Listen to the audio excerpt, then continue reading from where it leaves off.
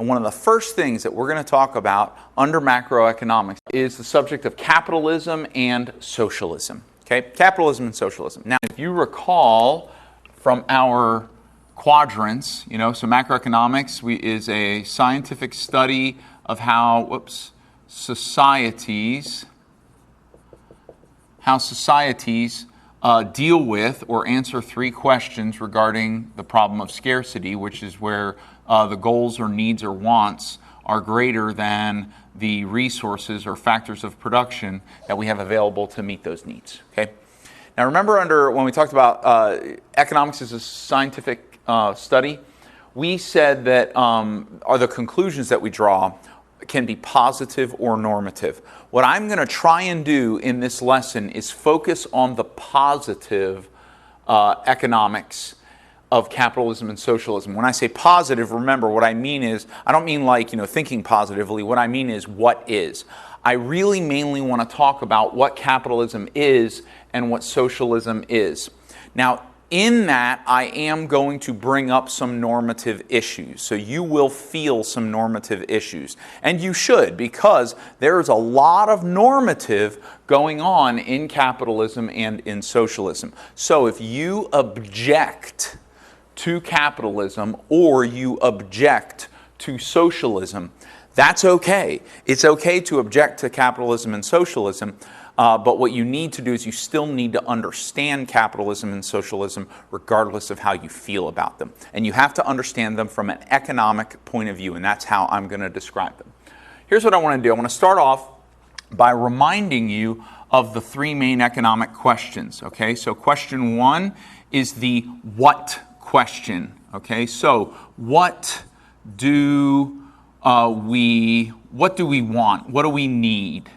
Okay, this is our, when leaders of the country are answering the question, what, they're saying, what things do our people need? What do the people in society need to give them utility? And the reason they want to know what people want that give them utility is because they're trying to raise up the amount of utility that people have. The more utility that people have, the more satisfaction they have, the better their life. And the leaders, hopefully, are trying to help all the people in the country to have a better life. And that means having more utility. They want to make them better off. Okay, so what do we want? And then remember, question two is, how are we going to get it? How to get it. All right? And remember, this is the make or buy decision, or the make or buy decision is a part of the how to get it, but we're going to go into more detail about how leaders answer this question, how are we going to get these resources? And then question three is who gets it? Who gets it? Okay? And this is a question of allocation. Who is going to get the stuff that we procure for everybody? And this is where a lot of people get really upset. I also feel like a lot of people get really upset in question three when it comes to capitalism and socialism.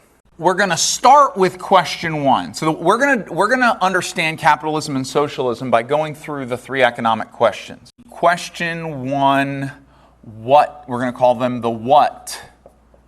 What are the things that people in society generally would like to have a better life than they had before? Well, let's start off with some basics. How about clean water? Clean water is definitely important for a society. There are a lot of countries in the world that are still dealing with this issue of clean water. Okay? All right, how about food? We need food so we don't starve to death. How about clothing? Clothing protects our bodies and also contributes to good health. And then how about shelter? All right, so this is a good start here. How about transportation? Transportation is helpful. All right, as the world becomes larger, so to speak, in the sense that more and more populated. We live farther and farther away from the things that we want to go to, so we need transportation to get from where we're at to where the things are, to where get to work or get to the store or something like that. So transportation is important. How about public safety? All right, public safety. We don't want people to hurt each other, and so we would like to have police. If somebody does hurt somebody, we would like to have a legal system to handle those issues. We want to be careful about people burning their houses down, and if somebody burns their house down, it might affect the person next door to them. So we want to have fire safety or firefighters. Okay, public safety. How about defense? Now, defense is so that we are not hurt by people who are coming from other countries. So people from other countries may want to come take our stuff or hurt us, and so we would like to have some sort of defense system. How about education? Education is helpful. All right, an educated population can possibly make better decisions. They can improve the economy. They can help each other. There's a lot of good reasons to have an education system. All right, let's see what else we have on here. We've got a few more. How about utilities and comforts? Utilities would be like phone and electricity and other comforts. Okay, utilities and comforts. How about activity and entertainment? You know, we would like something to do with our time when we're not working. We'd like to spend time with other people, spend time with our families. We would like something to do while we're doing that. How about health care? We want to be able to take care of ourselves if we get hurt or sick. And then lastly, what I'm going to put on here is a financial system. Now, a financial system is good for a country because it allows people to more easily gain utility. They don't have to, try and trade their car for somebody else's car. We can have a money system where people are able to get money and spend money. And let's say you want to buy something that you're in Florida and you want to buy something that's in California. It's easier to get your money over to California with a financial system than if you had to bring your money to California. Okay, so here's what I'm saying is that when an economy has clean water, has sufficient food and clothing and shelter, a good transportation system, effective public safety, effective defense, a good education system, good utilities and comforts for people, opportunities for activity, decent to excellent health care, and a balanced and a stable financial system, a country like this is going to have a lot of utility. This is what we would refer to as a developed country. A developed country. And all of the countries in the world that are missing one or more of these things, they wish they had them. And therefore, these are many of the goals in macroeconomics. So now let's move on to question 2. So question 2 is now asking, how is a country going to get clean water, food, clothing, transportation, healthcare, activity, education? How is a country going to get these things? And it doesn't even have to be a whole country. It could just be a state or a county. How are they going to get all of these things so that people can experience more utility? This is where capitalism and socialism come in. See, capitalism and socialism both have solutions to the how question. How are we going to get it? Think of capitalism and socialism as two different businesses with salespeople. And you say, hey, I really want some food. I need food. I think having food would be a good thing. Let's say you're a leader of the country. I would like to have all the people in my country have plenty of food to eat, right? Well, here's what's going to happen. Capitalism is going to come to you and they're going to say, hey, I know how you can get food for all your people. And here's the way I'm going to suggest that you get food for all your people, if you do it by capitalism. And then socialism is going to come to you also and say, hey, I also have a plan for how you can get food for all of your people. It's different than capitalism's plan, but listen to my plan and maybe you'll like it. And what I find typically is that some of these things work out better when you choose capitalism, and some of these things work out better when you choose socialism. And choosing capitalism to meet the needs of the people of your country doesn't mean that you have to make your whole country capitalist in all of these. You don't have to pick capitalism for all 12 of these items. And you don't have to pick socialism for all 12 of these items. When you're looking at food, you can consider whether capitalism or socialism is better for a way to meet that need.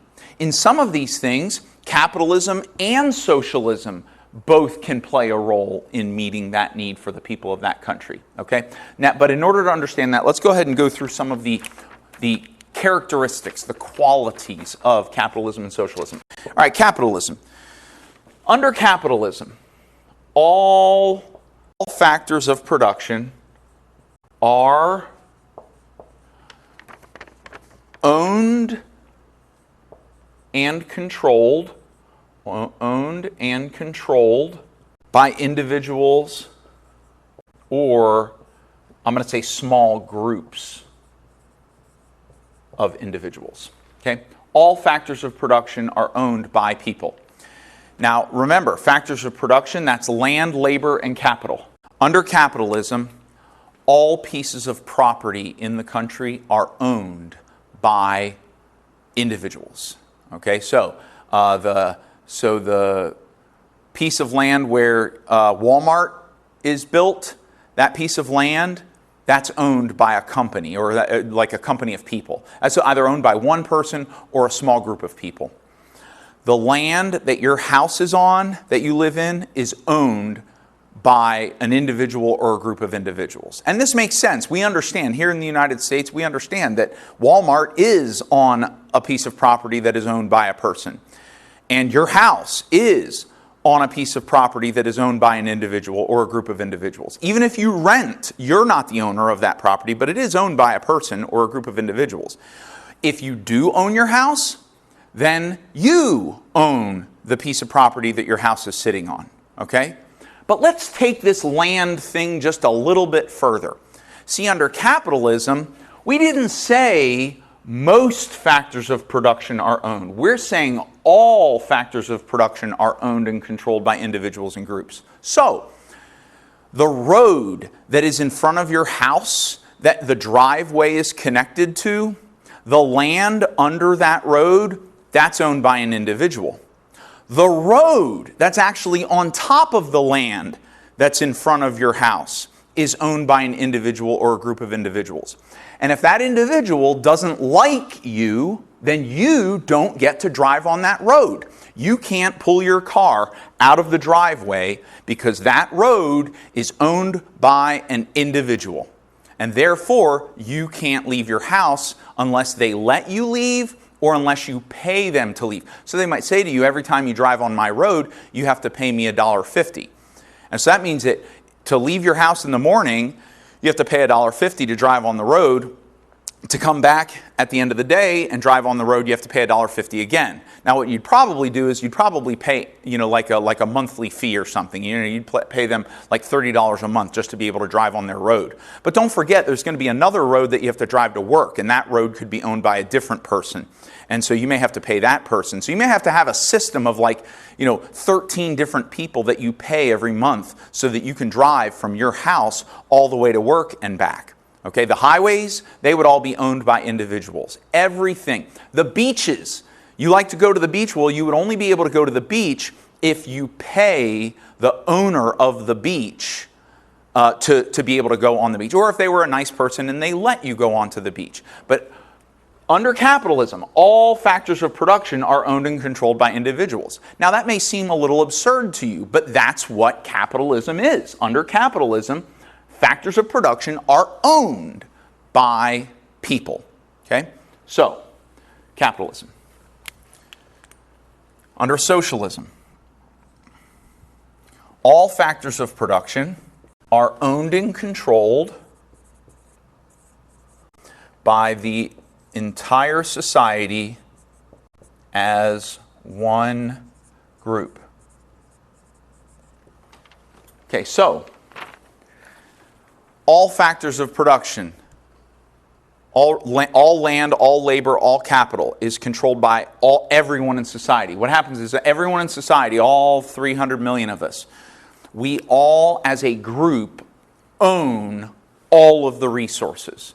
Right now, you're probably watching this video on either a computer or some sort of, or your phone or some other kind of electronic device, okay? That device that you're watching this video on, that's not your device. That device is owned by everybody, and they have agreed that you get to use it right now.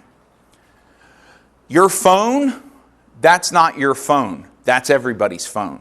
And everybody has decided that you get to use that phone. Your car that you drive, that's not your car. That's everybody's car. But you get to drive it. And if everybody decides that you don't get to drive it anymore, then you don't get to drive it anymore. And that's because your car, a factor of production, is owned and controlled by everybody, by all of society. Now, that sounds just as absurd as the road in front of your house being owned by an individual and charging you money just to be able to drive out of your driveway. Both of those things sound very absurd. On the other hand, what if the road in front of your house was owned and controlled by society? Then you could drive on it whenever you want to because you are a part of society. It's right there out in front of your house. Now, your house is owned by you, so your shelter is provided to you through capitalism. But the roads, which is a part of transportation, is provided for you through socialism because the community as a whole owns the roads and anybody can drive on them. Okay? All right, let's go to our next point here. Under capitalism, decisions are made by the owner of the resource. So, mobile phones are very popular in our society. We consider those to be private property.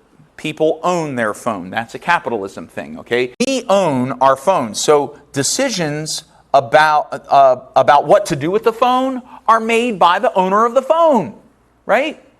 Here's another example. I own my house. My daughter and my son, they do not own my house. My wife and I own our house. And we decide, the owners of the house, my wife and I, we decide which room my daughter is going to sleep in and which room my son is going to sleep in. Because it's ours. If we want to sell it, that's fine. We want to rent it, that's fine. We want to live in it, that's fine too. That's capitalism, okay? And the decisions about what to do with the resource are made by the owner of the resource. Under socialism, decisions about what to do with the resources are made by a smaller group of agreed upon leaders. Now, how we agree upon those leaders is different from country to country. Agreed upon leaders. In the United States, the way we agree upon our leaders is we vote for them. They are elected. We elect leaders, and then some of those leaders then assign lower level leaders, and those government leaders who have been agreed upon by society make the decisions about what to do with the resources that are controlled by, or that are owned and controlled by everybody. So technically speaking, they're owned by everybody, but in a more direct sense, they're controlled by the leaders that are elected or assigned. Okay? So that's socialism. So the roads. Who makes the decisions about what to do with the roads? Well, government leaders do. They decide what's going to happen. If the roads start breaking down, we don't call our neighbor and say, hey man, there's holes in the road.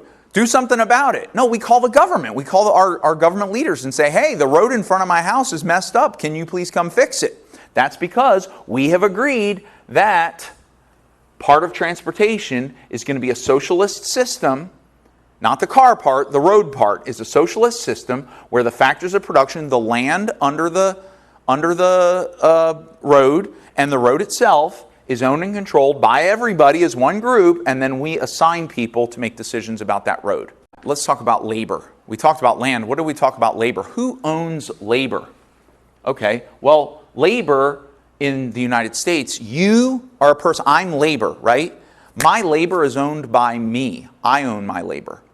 And I get to decide what it is that I'm going to do with my labor. And what I'll do is I'll rent it out to people. I rent it to the school that hires me. I own it, but I get to decide what I'm going to do with the resource. Well, this is wacky. Under socialism, labor would be owned and controlled by all of society? Are you saying that you and all the people in society would own me and be able to tell me what to do? Yes, that's exactly what socialism is saying. And this is actually one of the reasons that people don't really like socialism, is because there have been some countries in the world in the past that have taken that point of view, where they've believed that the people in the country belong to the country and not to themselves. That's, well, to the people in the United States, this is a value judgment and a normative issue, but I think that's kind of bonkers. It's almost like slavery, right? Or it's at least close, right? So we handle employment and ownership of labor under capitalism. I own my labor, and I decide what I'm going to do with my labor, and sometimes I will rent myself out to a company that can borrow me, and they'll pay me for my time and for my effort, okay? So, public safety, police, right? Well, under capitalism, we know that the employee belongs to himself, okay, or herself. The police officer belongs to themselves, and they rent themselves out. But who is owning the police cars? Who's owning the police station? Who is owning all of the weapons and all of the defense equipment? Who's owning the crime lab? Well, under capitalism, all factors of production are owned and controlled by individuals and small groups of individuals. So basically, this is a corporation. It's a company like Walmart, only it's the police. And so now the police, they're going to go out and keep people safe, but you have to pay the company for using their resources. So what could happen is this, is if you've had somebody break into your house and you call the police, they might send a police officer over, but they're going to start off with a $100 charge for a consultation fee. Then if they're going to go find the person who broke into your house, you're going to have to pay them for finding the person. And so let's say they find the person, then they're going to send you a bill for $500 for all the resources that they had to put into finding that criminal. Why? Because public safety, criminal investigation is under capitalism. Here's an alternative. Socialism comes in and says, I'll tell you what, why don't we own the police station and the jail and the crime lab, and we'll own the police cars as a society. And we'll elect leaders to make decisions about what to do with the police station and what to do with the police cars. We'll still hire the employees under capitalism, but those employees will drive the cars that are owned by everybody. And their desk will be in a building that is owned by everybody. And now, when somebody calls and says, and wants to report a crime, when the police go and help, the police don't have to leave the people a bill. Those people don't have to pay to use the police because they are part owners of the police system. How about firefighters? If the firefighters come and put out a fire in your house, do you want them to run a credit card first before they put out the fire? What if they run the credit card before they turn on the hoses and your credit card is declined? They're just going to pack up the truck and drive away and your house is going to burn to the ground. Well, we don't like that in society. That's dangerous. And the reason that's dangerous is because if your house burns down, that fire could affect the house next to you and then that house could burn down. Well, we understand as a society that we need safety for everybody. And therefore, it makes more sense for the trucks and for the fire station and all the equipment on the trucks to be owned and controlled by everyone as one group. And then we'll have leaders that decide how to assign those firefighters and those trucks to go out and do their work. And now, if your house is on fire, the firefighters show up, they put out the fire, and then they drive away. They don't leave you with a bill, okay? So here we are, capitalism, socialism. I hope that you're starting to understand that there are some things that we can have in society that are better provided by capitalism and not so well provided by socialism, and the other way around. One interesting thing about capitalism is this, and this is sort of a result of capitalism. Under capitalism, they take better care of the resources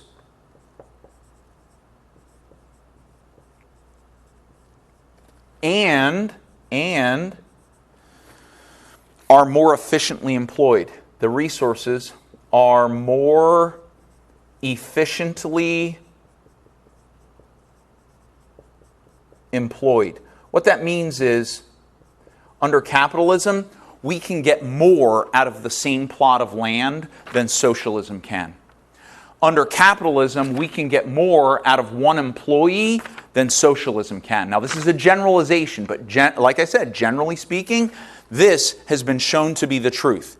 That resources employed under capitalism tend to do a better job than resources employed under socialism. Under socialism, resources tend to be abused and are less efficiently employed. And that's a problem.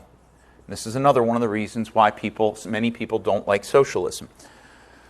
One of the reasons that a lot of people don't like capitalism is because the decisions of how to use the resources are made by the owner and not by people. And so if a person over here under capitalism, if they have a cure for a disease, but they are the owner of the cure for that disease, and therefore they get to decide what they're going to do with the cure for the disease. And you can be angry at them for that, but the fact of the matter is they own the cure for the disease and they can do with it as they see fit. But then people get really angry about that. So there's lots of reasons for people to get angry about socialism and lots of reasons for people to get angry about capitalism.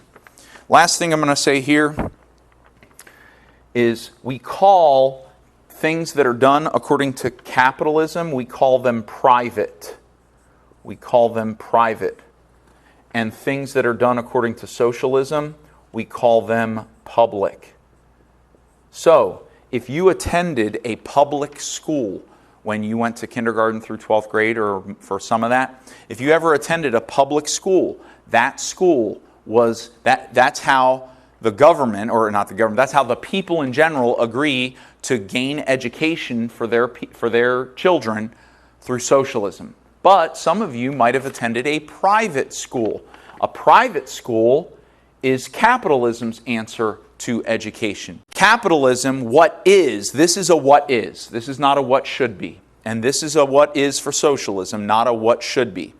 And what happens in societies is they answer the question of how to get these things for the people in society. Sometimes they say, well, let's provide it for everybody by buying all the resources ourselves or owning all the resources ourselves, and then we can provide it to people in general. Or we can allow people to handle it themselves because it's more efficient, or they'll take better care of their resources. Last thing we're going to say is we're going to talk about question 3. Who gets it? I'm going to go over here to this little section right here. We'll say question 3 under capitalism and socialism. Societies consider access and need. Access, meaning do people have access to the thing, and need, do the people, the degree. When I say need here, I don't mean the same thing as need here. This is degree of need. Let's say degree of need. Societies consider access and degree of need to ration the output. To ration, the word here, you need to know this word, to ration the output. Okay? So, we get the output. What do we want? And then how do we get it? We get it through capitalism or socialism. Once we have it, what are we going to do with it? Who's going to get it? Well, what we have is called output. And the way we're going to decide who gets it is by rationing whatever it is that we have. Ration means, I'm going to give you a definition for ration, to decide on how a resource is allocated. Okay, now this isn't this how question. This is actually who gets it. When we answer who gets the resource, we're saying how should we allocate the resource? And that's called rationing. And now here's the deal. Rationing. Capitalism rations, makes the decision of who's going to get it. Capitalism rations through the price mechanism. Rations through what's called the price mechanism. Meaning, who gets it? Whoever can pay for it. Here's the price. If you can buy it and you want to buy it, then you can have it. That's who gets it. The price mechanism. And we call that a market economy, or let's say market economics. We're going to call that market economics. Okay, so that's capitalism, market economics, or market economy. Socialism, this is the last thing, we're at the end here. Socialism rations based on leader decisions. Rations based on leader decisions. Remember how we said over here decisions are made by a smaller group of agreed upon leaders? Well, those leaders decide who gets it. And that's another reason a lot of people don't like socialism. Socialism rations based on leader decisions. Okay? And that is called command economics, or a command economy. Command economics. Okay? And these are the two ways that capitalism and socialism, or these are the ways that capitalism answers the question, who gets it, and socialism answers the question, who gets it, by either market economics for capitalism and command economics for socialism.